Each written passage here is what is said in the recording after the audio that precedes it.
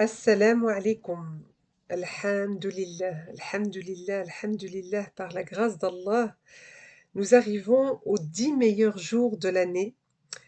Demain, bi'idhnillah, dimanche 11 juillet 2021, nous serons le premier Dhul Hijjah 1442.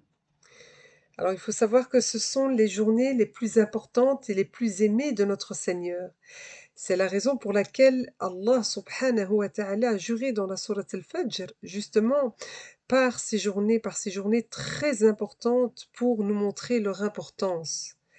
Ce sont les meilleures journées qu'il y a dans ce bas monde. Ce sont les meilleures journées de l'année. C'est la raison pour laquelle on doit vraiment prendre conscience que ces 10 jours, ce sont des cadeaux. Ce sont de véritables trésors. Quels que soient les trésors de ce bas monde, ils ne remplaceront pas une seule heure de ces jours méritoires. Et subhanallah al-azim, regardez comme le temps passe très très vite, il passe trop vite. Il y a encore quelques semaines, nous étions dans le mois de Ramadan. Et là, nous voilà maintenant à Dhul Hijjah. Qu'est-ce que ça veut dire? On doit se questionner. Où en sommes-nous dans notre cheminement? Depuis Ramadan à maintenant, comment va votre foi? Comment va notre foi? Quelle est notre relation avec Allah subhanahu wa ta'ala? Est-ce que notre foi a baissé? Aujourd'hui, là, maintenant, tu m'écoutes. Ta foi est dans quel état? Qu'est-ce que l'école de Ramadan a produit en toi? Il faut vraiment se poser des questions. Il faut se poser ces questions et faire un bilan intérieur pour voir ce qui va, ce qui ne va pas et ce qui doit justement être amélioré. Car c'est en se questionnant qu'on s'améliore, qu'on change, et ceci par la grâce d'Ar-Rahman. Allah subhanahu wa ta'ala est le généreux par excellence. Il ne cesse de nous donner des occasions pour nous rapprocher de lui, des occasions pour justement renforcer notre foi, pour nous pardonner nos péchés, pour purifier notre âme. Alors, ne soyons pas négligents, soyons attentifs à toutes les occasions qu'Allah Azza wa Jal nous offre par sa grande miséricorde. C'est pourquoi on doit renouveler nos intentions.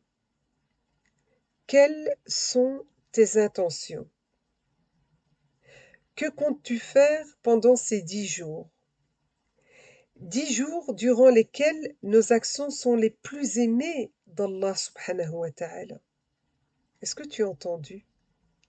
Ces 10 jours-là sont les jours où nos actions sont les plus aimées par Ar-Rahman. Ça veut dire que la prière que tu fais pendant ces 10 jours est plus méritoire que la prière que tu fais durant l'année. Ta récitation du Coran, ton jeûne surérogatoire, ton dhikr, tes du'as, tout ce que tu vas faire comme bonne action sera meilleur que tout le reste de l'année. Toutes les actions que tu vas faire pendant ces 10 jours sont les plus aimées de ton Créateur. Allahu Akbar. Maintenant, bien sûr, il faut faire attention. On ne doit pas adorer Allah Azza wa Jal que pendant ces 10 jours. Non. Il faut plutôt prendre ces 10 jours comme une occasion qui va nous permettre de nous purifier, de raffermir notre foi, de nous rapprocher du divin. Car l'adoration, ce n'est pas juste le mois de Ramadan ou ces 10 jours de Dhul Hijjah ou lorsque je dois passer un examen ou lorsque je perds mon boulot ou lorsque je tombe malade ou quand j'ai une épreuve. Non, et puis il n'y a plus rien. Non, pas du tout, c'est pas comme ça. L'adoration ne prend pas de vacances. L'adoration, subhanallah al-azim, c'est toute notre vie jusqu'à notre rencontre avec l'ange de la mort. Alors, quelle est ton intention?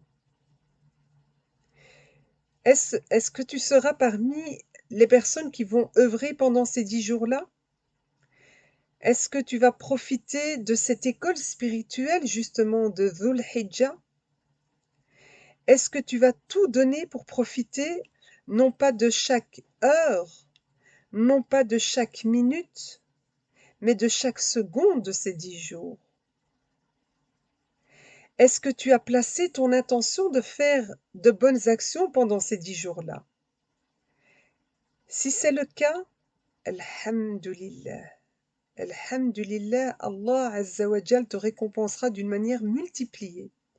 Il te pardonnera tes péchés, mais j'aimerais qu'au-delà de ces récompenses, tu prennes conscience que le but de ces 10 jours, c'est surtout l'occasion de raffermir ta foi, d'adorer ton Créateur, de ressentir dans ton cœur ce magnifique sentiment de soumission que tu as uniquement envers ton Seigneur, de t'élever, d'être plus fort spirituellement, d'être encore plus endurant. Il faut vraiment que tu réalises l'immense valeur de ces 10 jours. C'est pourquoi c'est une période où tu ne dois rien négliger. Tu dois faire l'effort de réformer ton cœur, de purifier ton âme. Il faut dès aujourd'hui nettoyer ton cœur de tout ce qu'il contient de mauvais et le remplir par ce qui est beau, par ce qui est bon. C'est une période dans laquelle tu dois remplir ton sac de provisions, de taqwa, de crainte et d'espoir envers Allah Azza wa Jal. Ibn Abbas, rahimahullah, nous dit que les bonnes actions pendant ces jours valent 700 fois plus. Elles sont multipliées, subhanallah. Est-ce qu'on réalise cette grande ni'ma? Est-ce qu'on réalise ce trésor? Oui, tu le réalises. Alors ne perds pas ton temps. Il ne faut pas qu'on perde notre temps.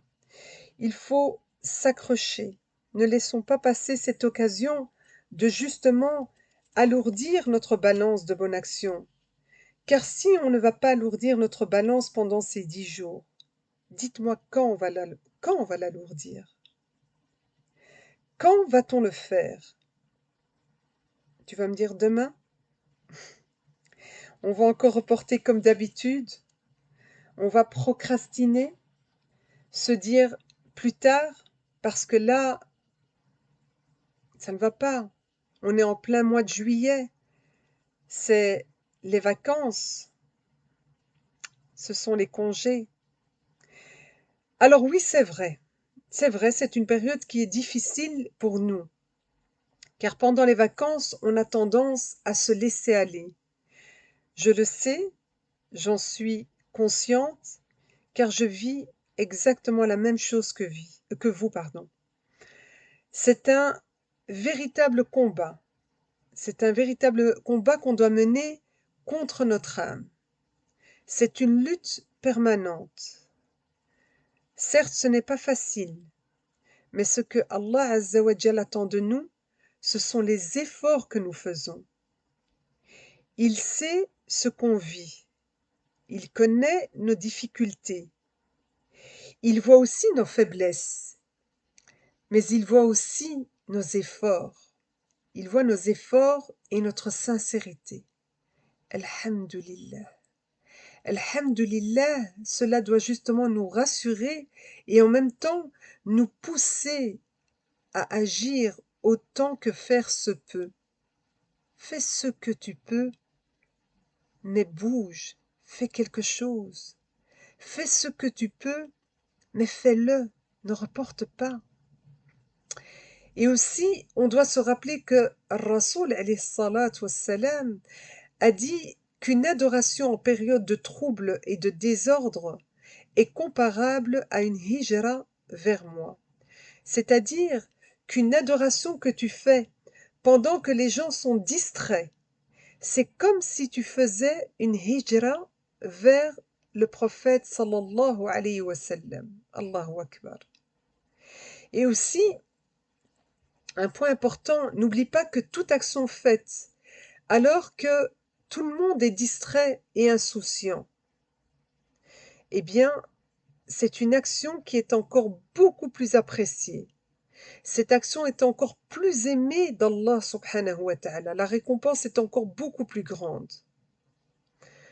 Maintenant, il est vrai que l'adoration que tu fais alors que la majorité des gens est insouciante est beaucoup plus difficile pour notre âme. Pourquoi? Car notre âme a tendance à suivre l'exemple de notre environnement, à suivre l'exemple de ceux qui nous entourent. C'est pourquoi si El-Hadi t'a guidé à l'obéissance, eh bien réjouis-toi. Réjouis-toi et dis Alhamdulillah, Alhamdulillah qu'Allah t'ait guidé.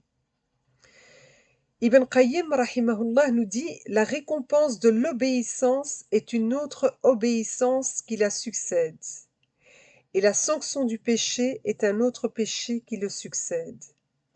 C'est pourquoi nous devons œuvrer au maximum et purifier nos cœurs, car Allah Azza wa Jal regarde nos cœurs. Si tu es sincère envers notre Seigneur et que tu fais ce que tu peux en fonction de tes capacités, car tout est une question d'effort. On a un devoir d'effort et non pas de résultat. Eh bien, sois convaincu qu'Allah Azza wa Jal te donnera encore plus et mieux. Il te donnera le succès ici-bas et dans l'au-delà.